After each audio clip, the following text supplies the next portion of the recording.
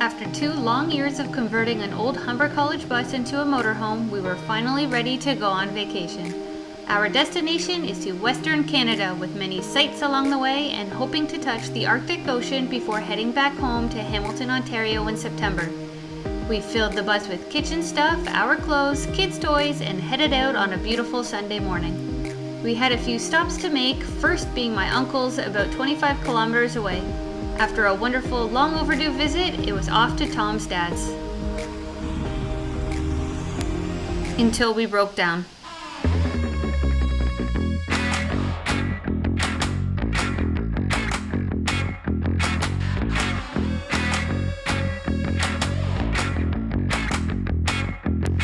And back to our favorite mechanic we go for a few days to diagnose and fix the problem.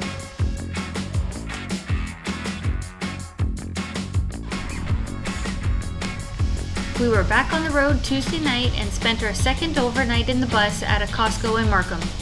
But we got kicked out. We ended up successfully spending the night near a Home Depot and dropped off the family van to Tom's dad's for the summer. Here we go. Our first fill. $232 and 100 liters. So we're not off to such a good start. Had a bit of a bump in the road, had a sensor in the transmission go, so we got about 30 kilometers from home and then had to go back to the mechanic, but we're still moving. It's all fixed now and we've got more than 30 kilometers with no issues, so today's better than yesterday. Anyway, see everybody later. See you soon.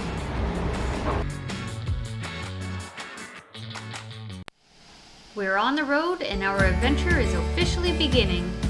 First stop is to my dad's in Michigan, where he'll help us finish some jobs and Tom will finish the solar setup.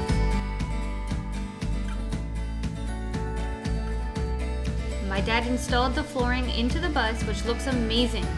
When he finished, we decided to test the plumbing since we finally have a hose. And after flooding the bus, it was clearly obvious that testing the water should have been done first. Good thing I bought 100% waterproof flooring. After sopping up lots of water, it was time to call it a day.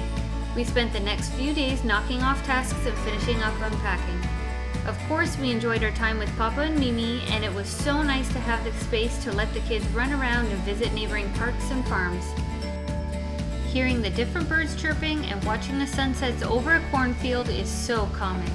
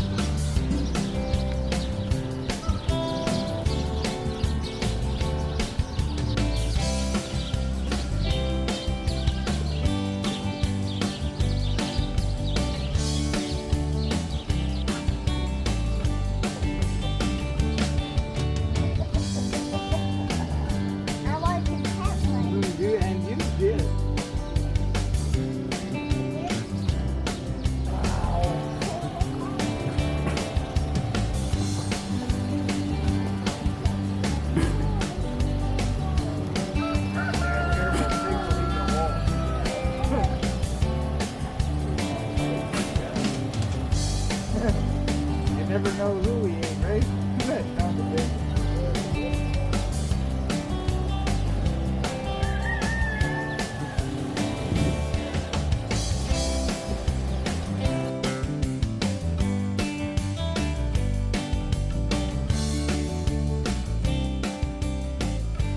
Fortunately for Tom and I, my dad is a retired electrician, so he has been a huge help with finishing up the electrical closet.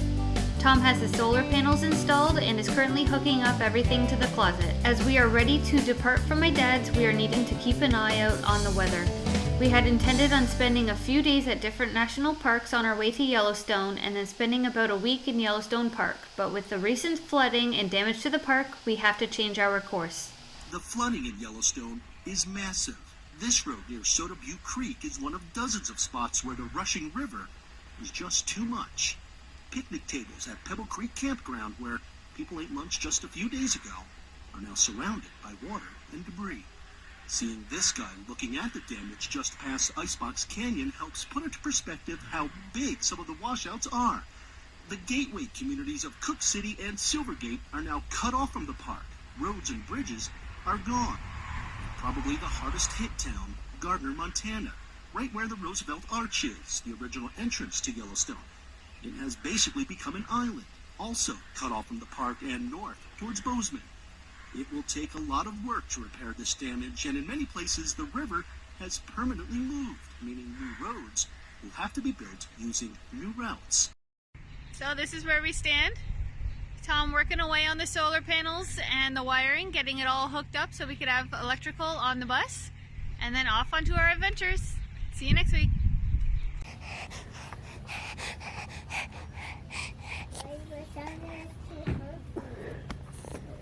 Hi.